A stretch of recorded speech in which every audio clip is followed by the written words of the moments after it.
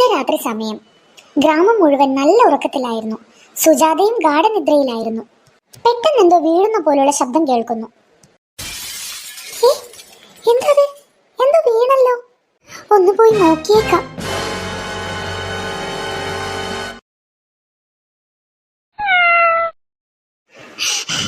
എന്റെ അമ്മേ, പേടിച്ചു പോയി. പൂച്ചയായിരുന്നോ?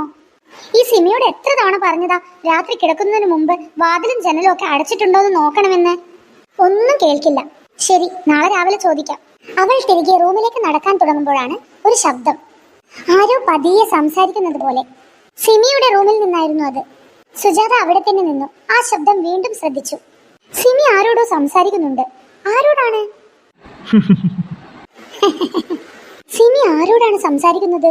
അരുൺ നാട്ടിലില്ലല്ലോ. ഇത് ആണിന്റെ ശബ്ദമല്ലേ? അവളുടെ ഉള്ളിൽ സംശയം വളർന്നു. സത്യം അറിയാതെ ഇനി ഉറങ്ങാൻ പറ്റില്ല എന്ന് അവൾക്ക് തോന്നി. സിമി, സിമി, വാതില് തുറക്ക്. സിമി, വാതില് തുറക്കാനാ പറഞ്ഞത്. എന്താ അമ്മേ, എന്തു പറ്റി?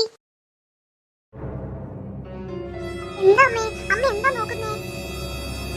സുജാത ഒന്നും പറയാതെ മുറിക്കുള്ളിൽ പരിശോധന തുടങ്ങി.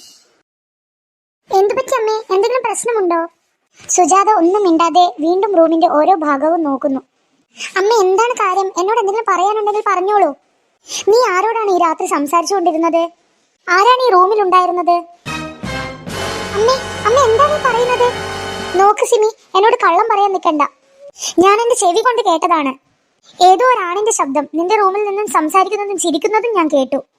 സുജാത ഇങ്ങനെ പറഞ്ഞതും സിമിയുടെ കണ്ണുകൾ നിറഞ്ഞൊഴുകാൻ തുടങ്ങി. എന്റെ ദൈവമേ, അമ്മയുടെ വായിൽ നിന്നും ഇങ്ങനെ ഒരു ആരോപണം ഞാൻ കേൾക്കേണ്ടി വന്നല്ലോ. ഇതിനേക്കാൾ നല്ലത് ഞാൻ മരിക്കുന്നതാ. അമ്മേ, നിങ്ങൾ എന്നെ എന്ത് വേണമെങ്കിലും പറഞ്ഞോളൂ, എന്ത് വേണമെങ്കിലും ചെയ്തോളൂ. പക്ഷേ എന്നെ കുറിച്ച് ഇങ്ങനെ ഒരു അപവാദം മാത്രം പറയരുത്. സിമി, നീ എന്ത് വേണമെങ്കിലും പറഞ്ഞോളൂ. പക്ഷെ ഞാൻ എന്റെ ചെവി കൊണ്ട് കേട്ടതാണ് നീ ആരുടെയോ അടുത്ത് സംസാരിക്കുന്നത്. അമ്മേ, ഞാൻ ആരോടും സംസാരിച്ചില്ല എന്ന് ഞാൻ പറഞ്ഞില്ലല്ലോ. ഞാൻ സ്പീക്കർ ഓൺ ചെയ്ത് അരുണേട്ടനോട് സംസാരിച്ചുകൊണ്ടിരിക്കുകയായിരുന്നു. ഏട്ടൻ നമ്മുടെ വീട്ടിലത്തെ വിശേഷങ്ങളൊക്കെ ചോദിച്ചറിയുമായിരുന്നു. ഇന്ന് പകൽ സമയം ഒരുപാട് ജോലി ഉണ്ടായിരുന്നത് കൊണ്ട് ഫോൺ ചെയ്യാൻ പറ്റിയില്ല. അതുകൊണ്ടാണ് ഈ സമയത്ത് എന്നെ വിളിച്ചത്.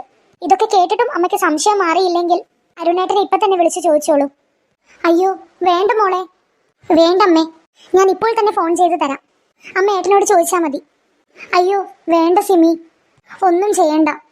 എന്നോട് ക്ഷമിക്കും മോളെ. ഒരു നിമിഷത്തേക്ക് എന്റെ തലയിൽ കൂടെ എന്തൊക്കെ ഓടിയെന്ന് എനിക്ക് തന്നെ മനസ്സിലാകുന്നില്ല. സാരമില്ലമ്മേ, അമ്മ എന്തിനാണ് ക്ഷമ ചോദിക്കുന്നത്?